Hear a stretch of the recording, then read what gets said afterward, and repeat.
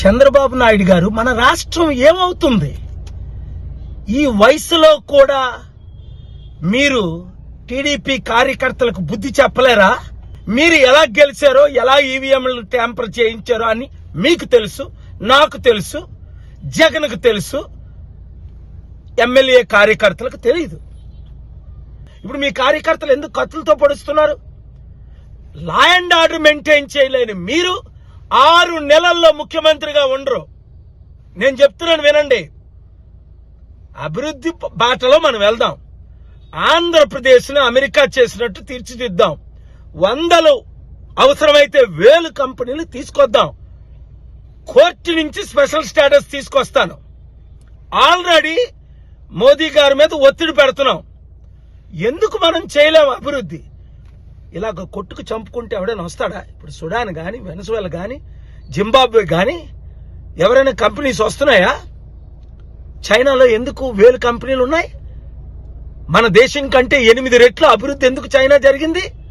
100 దేశాలకు అప్పు ఎందుకు ఇస్తుంది? మీరు ఒక సీనియర్ లీడర్, ఏం బతుకొచ్చింది మీకు? మీ కొడుకు నడుపుతున్నాడా? ఇమ్మీడియట్ గా ప్రెసిడెంట్స్ రూల్ అయినా తీసుకురావాలి.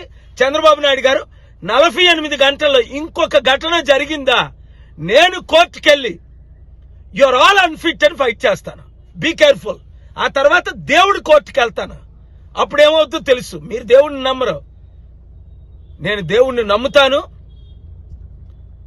నాకు విరుద్ధంగా నిలబడిన వాళ్ళందరూ ఫినిష్ అయిపోయారు. కనుక మంచి చేద్దాం రండి.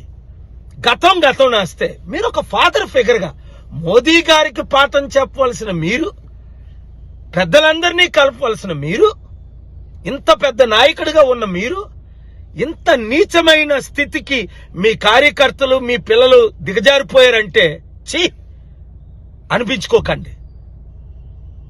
చరిత్రహీనులు కాకండి. ఇంకొక దాడి ఎవరు చేయకూడదని ఆర్డర్ చేయండి.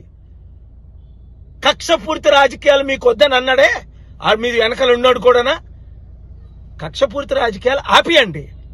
రాష్ట్రాన్ని బాగు చేసుకుందాం. నేను మీకు మద్దతు. Please subscribe .news.